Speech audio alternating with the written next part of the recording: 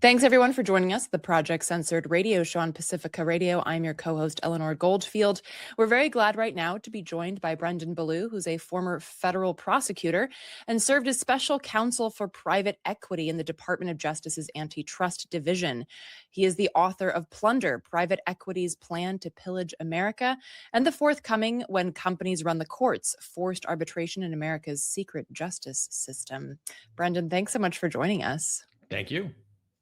So it seems a bit elementary to start with this, but because it seems to be this ghost in the machine, like a destructive force that just sucks up wealth, efficiency, and many other things, it operates like as a faceless, unseen force. People don't really know about it. And I would hazard a guess that most Americans don't know really, and this is also by design, I would argue, what private equity is.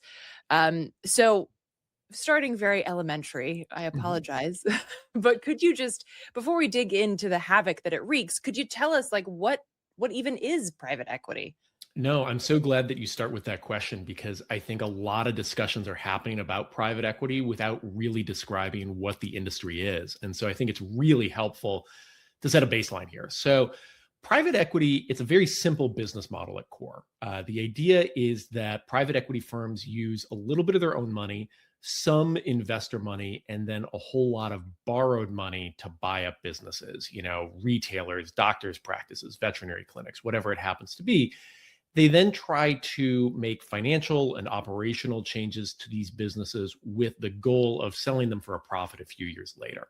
So it's a very simple business idea, and we can talk about why it so often sort of leads to bad consequences for those businesses. But I think one of the core things for your audience to understand is that when we talk about a private equity firm borrowing a lot of money to buy up a business, typically it's the business, not the private equity firm, that's responsible for paying that money back. And that's a little bit like getting to use somebody else's credit card. It means that if the acquisition goes well, the private equity firm profits. If it doesn't go well, the private equity firm typically doesn't have to pay the costs. And because we like to contextualize things in terms of how did we get here, I'm curious, how did this even become a thing? Because that sounds like the best deal in the world for private equity firms, but not for anybody else. So how did this even become a thing? Yeah. So private equity deals, the idea of what we call a leveraged buyout, so using that borrowed money to buy up a business, has been around, for a century, but it really took off beginning in the 1970s and 1980s. And I'll actually get a little in the weeds here because I think, your audience might be interested in this. So basically, the Carter administration reinterpreted the law that governs pensions and retirement funds to make it permissible for these funds to invest in riskier assets. Then the Reagan administration cut capital gains rates. And what that meant was there was a whole bunch of money that made a lot of sense to invest in increasingly risky schemes. And private equity became one of the industries that benefited from that. So there was a big boom in these leveraged buyouts in the 1980s, sort of a comparatively slower period in the 1990s. But then especially after the Great Recession, and you have this long period of low interest rates, where it's very cheap to borrow the money to buy up businesses, private equity explodes. And, really the peak of the industry was during COVID and during quarantine, when private equity firms spent something like $1 trillion buying up businesses. And so just for a sense of scale, the entire US GDP, all the things that we produce in a given year, is about $25 trillion. So it was a not insubstantial part of the economy. And just to put a button on all of this, I think what this story tells you is that private equity is as much a creation of laws and regulations and court decisions as it is a business model or something that's created in the private sector. And in many ways, private equity is more the result of, I would argue, bad regulation than it was the result of any brilliant particular business idea. Yeah, an important distinction to make. And you also make the point that not only is private equity doing all of this seemingly behind the scenes, there's very few spotlights shone on it, but there seems to be no oversight or accountability. And in fact, private equity seems to be attacking us basically with the help of our government. Could you talk a little bit about that? Yeah, so there really isn't much oversight of the private equity industry at all. And I should actually say, when we talk about private equity, quote unquote, it's not a legally defined term. It's not like a securities broker or a securities exchange or something like that that's regulated by the government and has a very set definition. Private equity is really a catch all term. And in fact, private equity firms often engage in things far broader than what we've been talking about. Sometimes private equity firms are getting into the private life insurance business, infrastructure, hedge funds, healthcare, and so forth. Really, kind of in some ways, replicating the financial all-in-one shops that the investment banks were prior to the Great Recession. So when you think of J.P. Morgan and Goldman Sachs, it's actually the private equity firms like Blackstone and KKR that are really doing a lot of the most innovative financial work, for better or worse. But to get back to your question about, how private equity firms circumvent regulation and then how they potentially use regulation to their own benefits, I think two things are important here. One is to understand that private equity firms are extraordinarily effective at lobbying and influence in DC.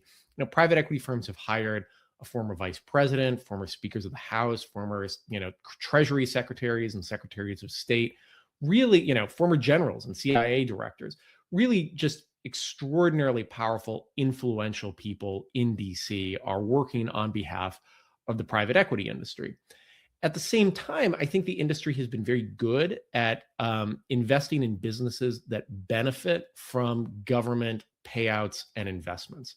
So private equity firms are often attracted to, for instance, the nursing home industry, because nursing homes are paid in large part by payments through Medicare and Medicaid, monthly, bills that come in for each patient.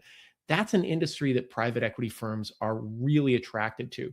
Similarly, some things like medical devices, where a big chunk of the money is coming from government payments, or defense contractors, where private equity firms have really developed a specialty in buying up smaller defense contractors, for instance, that supply parts to larger ones and to the government. So I think, in many ways, private equity firms, I would think that so much of American commerce tries to flee regulation. Private equity firms, I think, are often attracted to the parts of the economy that are highly regulated and in which the government is extremely involved. Which really speaks to how these regulations are obviously not doing what they're, one would suggest, supposed to be doing. If something like private equity can just come in and, take over care homes or something like that. I mean, then these regulations are paltry at best, it seems. Yeah, one of the things that's really extraordinary to me, in my research, was looking at how effective private equity firms were at getting their way in Congress and in the courts. I just mentioned, all the extraordinarily powerful people that are now working for private equity firms. I think you can see that power playing out, for instance, in the fight over the capital gains tax, or I should say specifically the carried interest loophole, which is a tax benefit that allows many private equity fund managers to pay lower effective tax rates than, certainly you or I do, teachers, firefighters, and so forth do. The carried interest loophole has been something that that presidents have been fighting since since Barack Obama was a U.S. senator. Obama opposed it. Joe Biden opposed it. Interestingly enough, Donald Trump opposed it when he was president the first time.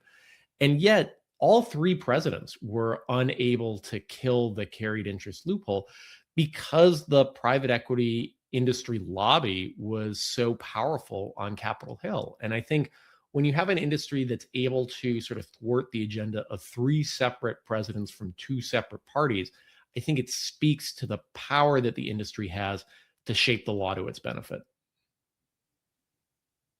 Yeah, absolutely. And I'm wondering if you feel that this is also why we don't hear so much about it. I mean, at Project Censored, we talk a lot about media and critical media literacy and propaganda. And I mean, you'll hear about Wall Street, at least to the point that people know what it is. They have a vague idea of what happens there and what goes on there, but there's never really like media expose about private equity. There is an alternative media, but very rarely in corporate media. And I'm wondering, why do you think that is? Like, what is this also part of that lobbying push to ensure that people aren't aware of what private equity is doing? Yeah, I think it's a couple of different things. So one is, I think you're exactly right that when people think of Wall Street and the finance industry, they generally think of what we call investment banks. So, Goldman Sachs, JP Morgan, and so forth. And those really were the dominant firms that were leading the finance industry up through the Great Recession. But after the Great Recession, they all converted into what are called bank holding companies that are regulated by the Federal Reserve and, are much more tightly regulated and overseen by the government. And so, in a sense, they became less interesting to people that were part of the finance industry. And so, a lot of the talent, the brains of finance, went to private equity firms. So, Blackstone, KKR, Carlyle, Apollo, and so forth. These are names that people just have less familiarity with, in part because I think the finance industry in general sort of benefits from appearing opaque and complicated. And so, I think the media, even when very well intentioned, there's a multi-year lag, at least in the general media, in sort of understanding sort of where things are happening in the finance industry. I also think, to your point, that private equity has worked hard to sort of obscure itself or at least rebrand itself. So, private equity wasn't always called private equity. It was called leverage buyouts back in the 1980s. And then leverage buyouts became extremely unpopular. And so the industry rebranded as private equity. Now private equity is becoming unpopular. And so these same firms are rebranding themselves as alternative asset managers. So here again, you have a case where they are sort of trying to stay one step ahead of public understanding. Lastly, I will say, I can't speak to how credulous or incredulous most reporters are to the private equity industry. And I think that there has been, really great work focused on PE in specific industries. But I will say that I think the private equity industry has understood the importance of PR. And what I can speak from personal experience that when private equity firms have, purported to do something good for society, I've gotten an enormous number of calls from reporters asking about it, suggesting that, they are working really hard to sell the benefits of private equity to the media. And, there just really isn't the money on the other side to tell the story of the costs.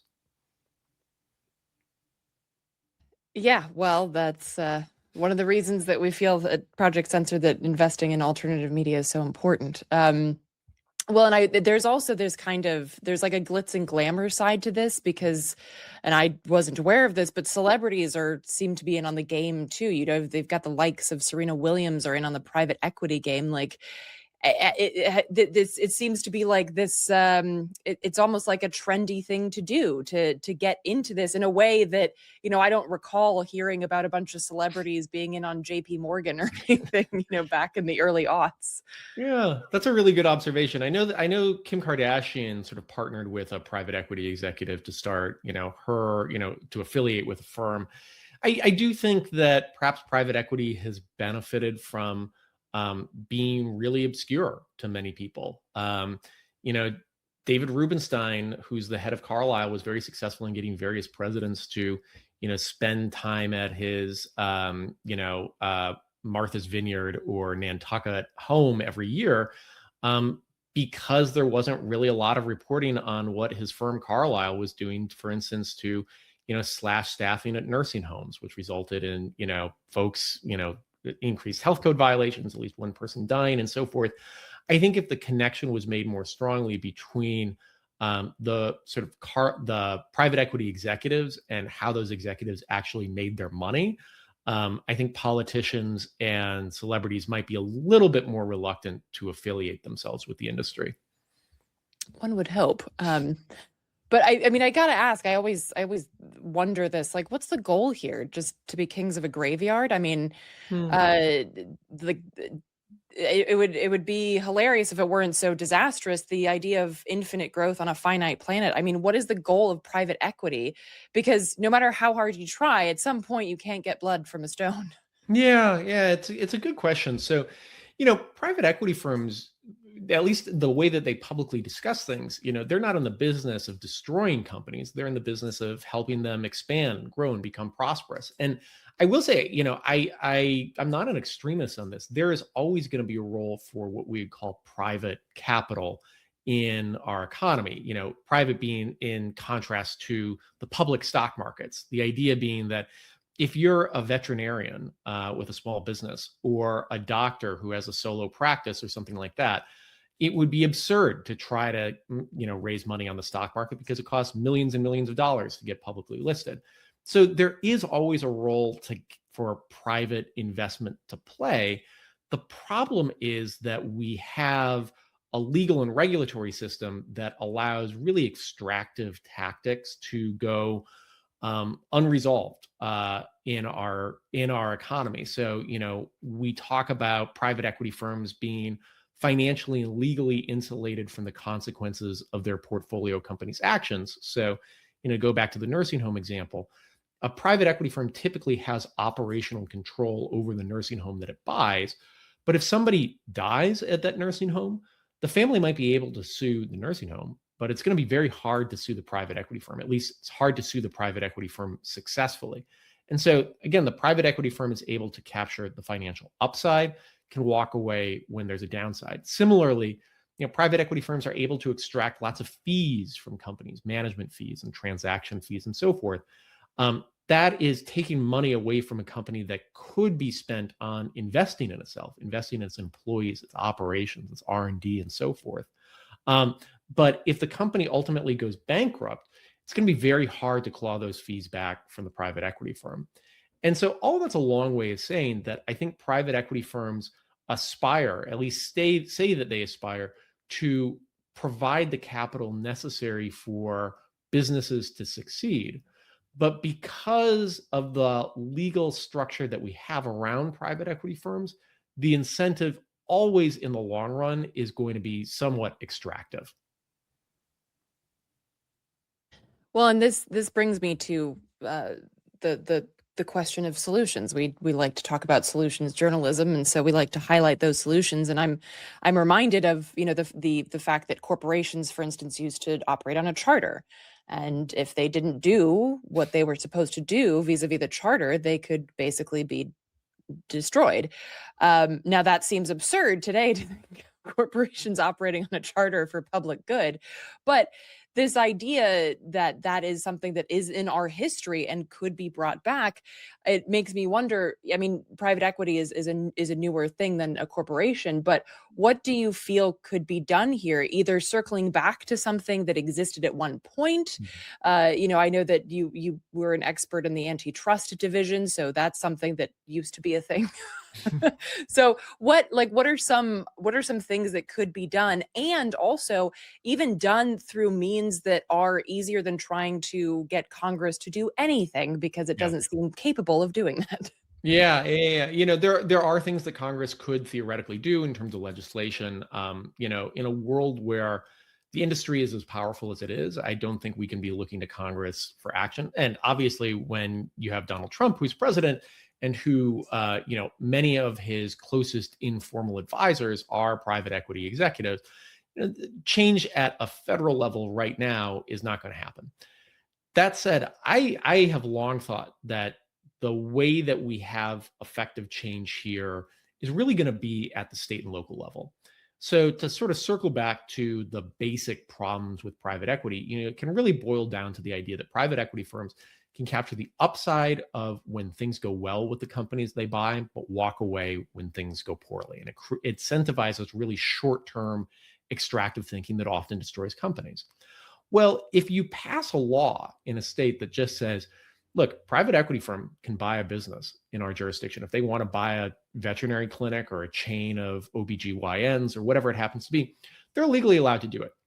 But if something bad happens at that practice, they slash staffing at the veterinary clinic and animals start dying, or they push unnecessary procedures or purchases at the OBGYN clinic and people suffer.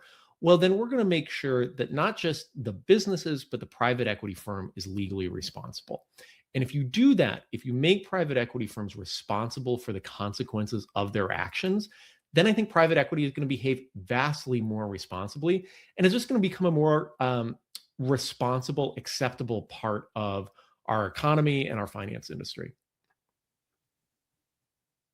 And I mean, just because I can't help but be devil's advocate here, because a law is only as good as it is actually practiced, and so there Mhm. are a lot of things that are technically illegal in our country, like kidnapping people. But it doesn't stop that from happening. So how, like, what kind of oversight or what kind of structures might be put in place to ensure that that would actually happen, and in a way that would minimize the amount of death and destruction ahead of time? Yeah, it's a great question. So, one of the challenges that you have with so many laws and regulations is they can only be enforced by the government, right? So, if you have bribery or wire fraud committed by the government, committed, generally it's only the government that can enforce that. And that can be a problem, especially when you have an administration that is actively on the side of people that are committing bribery or wire fraud or whatever it happens to be. What I think the advantage of what I've been pushing has is it doesn't require the government to enforce it. It has what we would call a private right of action. And what that means is you don't need the state attorney general or the district attorney to sue when somebody dies in an understaffed nursing home that's owned by a private equity firm. It's the family that can sue, it's the person that's injured that can sue. And those people are going to be far more motivated to do it. They're going to be far more effective and persuasive in a court, and they're not going to be swayed by private equity lobbying and influence. And so I think in a world where we pass laws that give people their own power, you're actually going to be able to regulate private equity far more effectively than if we put that power in the hands of the government alone. Yeah, and then the other question is, like, in line with that, allowing people to have the power to fight back against a wrongdoing. Is there a way to, I'm all about preventative care. Is Mhm. there a way to stop that wrong from happening in the first place? So, for instance, like, yes, private equity can buy up this nursing home, but they can't slash staff, because we know what's Yeah. going to happen and it's going to be bad. There's no scenario where, like, that is going to be a good thing. So, is there some kind of regulation in that space that would, Mhm. be the preemptive, I suppose? Yeah, no, you're exactly right. So I think in an industry specific issue, absolutely, we need proactive legislation and regulation. Nursing home staffing was a great example. So, there are minimum staffing requirements in various states, but there was never a national standard. And the Biden administration, to its credit, was working on a national minimum staffing criteria for nursing homes that would solve exactly that problem. One of the things that I would like to see happen is in terms of preventative medicine is really sort of state and local legislation on sort of the core issues around antitrust. So we have what are called the Sherman Act and the Clayton Act, which are the general laws that prohibit, anti-competitive behavior and acquisitions that lead to, a monopoly. So, these are the laws that prevent Google from buying Facebook, at least in theory. What we really need is state and local legislation that's far clearer and more explicit about just how big a business can get through acquisitions before it becomes illegal. And just to put some meat on the bones of that idea, what I'd really like to see happen is, let's say you're in the District of Columbia. If we had a law that says, and this is a general law, but we'll apply it to the veterinary industry specifically, that says you can, buy a couple of veterinary practices if you're an investor. But if you control more than, let's say, 1/5 of the market in DC, you got to stop. You're not allowed to do that anymore, because once you get big enough, suddenly you have market power. You can raise prices. You can lower the staffing. You can lower the quality of care. Sort of, you can do all the things that the antitrust laws were meant to stop. And if you have simple, straightforward legislation at the state and local level, you can stop a lot of the roll-ups or the acquisitions by private equity firms that lead to the problems that we're talking about. So I think you're exactly right. Well, and I mean, kind of going back to the antitrust or the idea of monopolizing something. I mean, for instance, in 2025, investors bought 33% of single family homes, making that a 5-year high, while homelessness reached an all-time high in 2024. Investors currently own 20% of the 86 million single-family residential homes in the country, which translates to 17 million homes held as investments rather than primary residences. I mean, what is it that allows that? I mean, because you mentioned there are antitrust laws. There's like, so is that just a loophole because there's nothing that suggests that housing is part of this? Like, and what you're saying, like something clearer and more distinct would help that? I mean, how is it that when homelessness is at an all-time high, investors can own these millions of empty homes that are just sitting there? Yeah, no, and this is a story that drives me crazy because I think it's obvious that, investor involvement in housing is driving up costs, but I think that there is sort of a discussion in DC pushing back against that, largely because folks are analyzing the data at sort of the city or metropolitan wide level rather than at the zip or sub zip code level, because these private equity firms and other investors aren't buying houses randomly in Atlanta or New York City or wherever it happens to be. They're focused on specific neighborhoods. And so by controlling the supply in specific neighborhoods, they're able to control prices far more than they could otherwise. So absolutely, I think things need to be done here. And if you had sort of specific local legislation capping ownership levels, which I know some cities, like I believe Minneapolis and others have done, that can really solve the problem. The problem that you've got is our general antitrust laws were written a century ago and very vaguely. And so it's often hard to sort of set a numerical figure for how much is too much in an acquisition. So there's sort of some general vagueness in the law. And then the cost of developing the evidence around this. So if you're a private plaintiff, figuring out who actually owns all the houses in a neighborhood is really, really hard. And so you've got a data problem too, and which increases the cost of bringing private litigation. So I think for housing specifically, what you need is an overall cap on institutional ownership in a given geography. And then you also need transparency in ownership so people can understand, okay, who are the ultimate parents of all these homes, so that you give power to residents, to tenants, to private plaintiffs to bring suit when these institutional investors get too big. Yeah, absolutely. I mean, you mentioning that it's a century old reminds me of Thomas Paine's political atom, the idea that like each generation has to reflect on whatever legislation or laws exist around it and say, does this work? Does it need to be updated? Are we getting rid of this? And like this idea of just sitting back and being like, well, we have antitrust laws. It's a bit like the FCC with like dealing with the internet. Like that is just, it's just not anything that the laws on the books were meant to deal with. So yeah, it's a bit messy out there, but Yeah, exactly. Brendan, I appreciate you contextualizing it. And again, going elementary, because I think that this is something that it's not discussed and it is not understood. And I think in order to combat something, combat an injustice, we have to first understand it. So folks, do check out Brendan Ballou's book, Plunder: Private Equity's Plan to Pillage America. And Brendan, thank you again, not only for coming on the show, but for writing the book. Thank you.